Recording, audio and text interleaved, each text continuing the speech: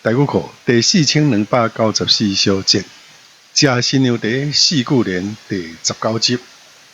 人我尚不懂，四句袂曉講。新娘講無妨，應有一句通。當過著個芳，閣請將同窗。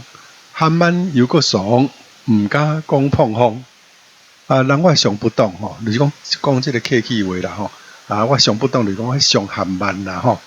四句袂曉講吼，若講這四句聯我閣袂曉講吼。新娘講無妨吼，請新娘講無要緊吼。應有一句通，應該吼有一半句我嘛是聽有啦吼。當過著閣芳吼，就是講新娘當過就再閣再甲芳出來吼，閣請將同窗吼，閣請咱即款同學啦吼，同學較早日本時代攏叫做同窗吼。